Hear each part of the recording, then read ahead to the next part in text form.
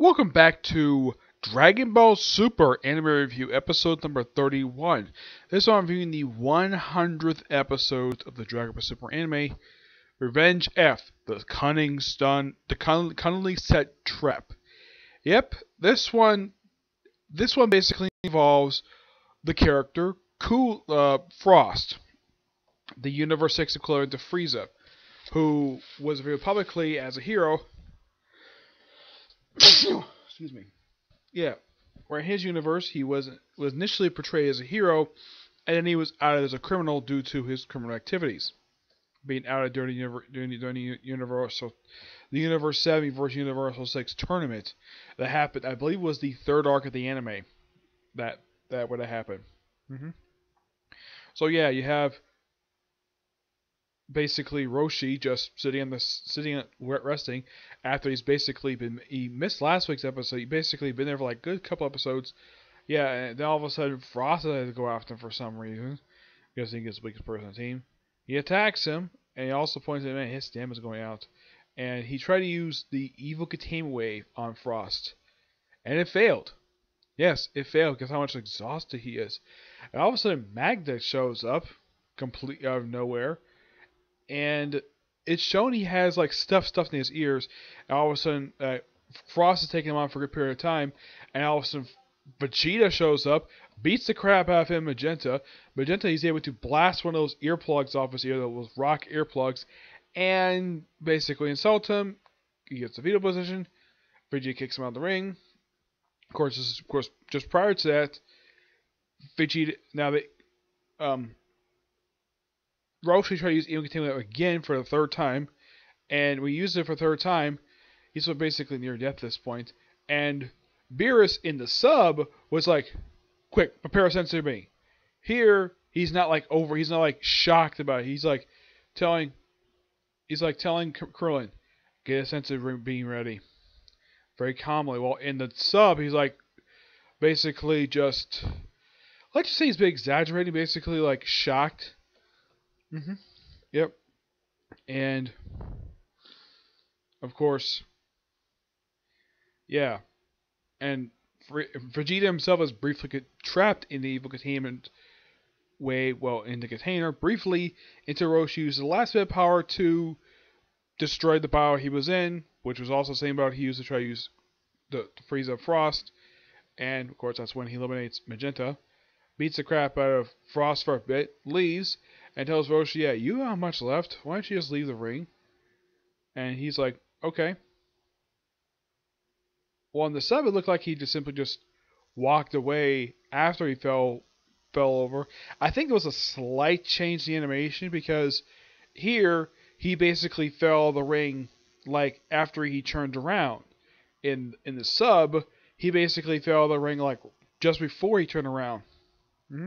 And of course, he ends up on the bench, and gets sensory beam. Of course, Beerus points out the whole thing of, well, the three bald members of Team 7 gets eliminated. There's also, at the start of the episode, this was really neat. They gave sort of a head count of how many are left. Like, Universe 11's got the smallest number of members left, which is currently, at the start of the episode, 3 people. Top, Jiren, and Daispo. Let's see. Universe 7 and 8, not 7 and 8, 6 and 7 both got 8 apiece, though they both lose one this episode. Universe 4 has got at least 4 left. Yeah, let's see. And a lot of them really got trimmed down, and they say overall there's like 36 fighters left at this point.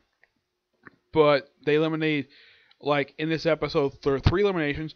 Dice eliminates one member of, I believe this is of Universe 5, I think it is, where it's the whole gooey guy, which the thing itself kind of reminds me of a couple things that I'm seeing in this series.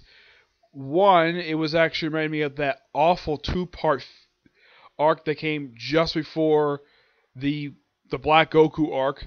Yeah, when you have that water thing, it seems like it's from that universe in a way. Except being purple, it's blue. It's a very similar thing of the Kappa Vegeta arc, which I thought was, which even my friend Edgar agrees with me, that arc was terrible. Like, why was this arc necessary? It's a 2-part filler story. Yeah. And of course, it's shown by a couple of different universes, basically, of the reaction to like how many members left. And according to Champa, the God of Destruction Universe 6, he says it's not much not just like winning, it's just basically surviving, having the highest number of people left when the time runs out. Which they don't say exactly by the time the episode ends of how much time has passed since the tournament started. My guess is about 5 minutes. Yep. Yeah. Aside from that, that's really it of what happens in this episode. I mean, overall, you get 3 eliminations, which lowers down from 36 to basically 33 people left. And you see Jiren. Oh yeah, Jiren is the one who eliminates the blue gooey guy by a shockwave. He doesn't even touch him. He just basically just fires a Mary Jam and poof, he's out of the ring. And when he gets to the ring, he apparently lands on the hand of one of the Supreme Kais. Yep. And of course, the Supreme Kai Universe 6 is very much still a coward. Yeah, my gosh, this guy is a coward. And of course, Choppa keeps telling him, "Man up, man! Would you please man up?" Yep. So there's that. It's a pretty good episode. I can't wait for next week's episode, which is going to be, I think it's about a different universe this time. It's about the team up. Yep, Frost is going to be involved in next week's episode, where he teams up with Frieza to try to make Gohan.